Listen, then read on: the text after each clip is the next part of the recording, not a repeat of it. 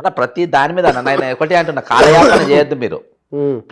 ప్రజలు నేను ఇవాళ గట్టిగా చెప్తున్నానా, ఇవాళ అన్న 5,00,000 కోట్ల అప్పయిందని మన తెలంగాణ ప్రజలు తెప్పిన తర్వాత, తెలంగాణ ప్రజల మీద ప్రతి మనిషి మీద 1,50,000 అప్పు నీ మీద ఉన్నది అని మనం చెప్పిన తర్వాత, తెలంగాణ ప్రజలు నాకు ఇన్ని పథకాలు ఇస్తారని వాళ్ళు ఎట్లా అనుకుంటారన్న?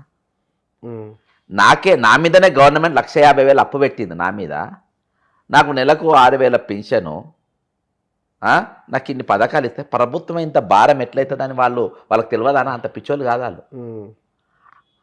6 పథకాల మీదనే ఎన్నికలు అయితే హైదరాబాద్లో 10 సీట్లు గెలవాలి కదా, అంతే కదా. చుట్టుపక్కల ఈడ పడ్డది ఒకటే, వీడు దొంగ, అంతే, కేసీఆర్ కుటుంబం దొంగలు, వీళ్ళని జైల్లోకి పంపాలి అనేది డిసైడ్ అయ్యి వాళ్ళు ఓటేసిండ్రు అన్న. అంతే, వాళ్ళు చూసేది కూడా వార్తల పథకాల కోసం చూస్తలేరు, వాళ్ళు వీళ్ళని ఇంకా జైలుకి ఎందుకు పంపుతలేరని చెప్పి చూస్తున్నారు, వీళ్ళ మీద ఇంకా ఎందుకు జ్యుడిషియల్ ఎంక్వైరీ జరుగుతలేదని చెప్పి చూస్తున్నారు.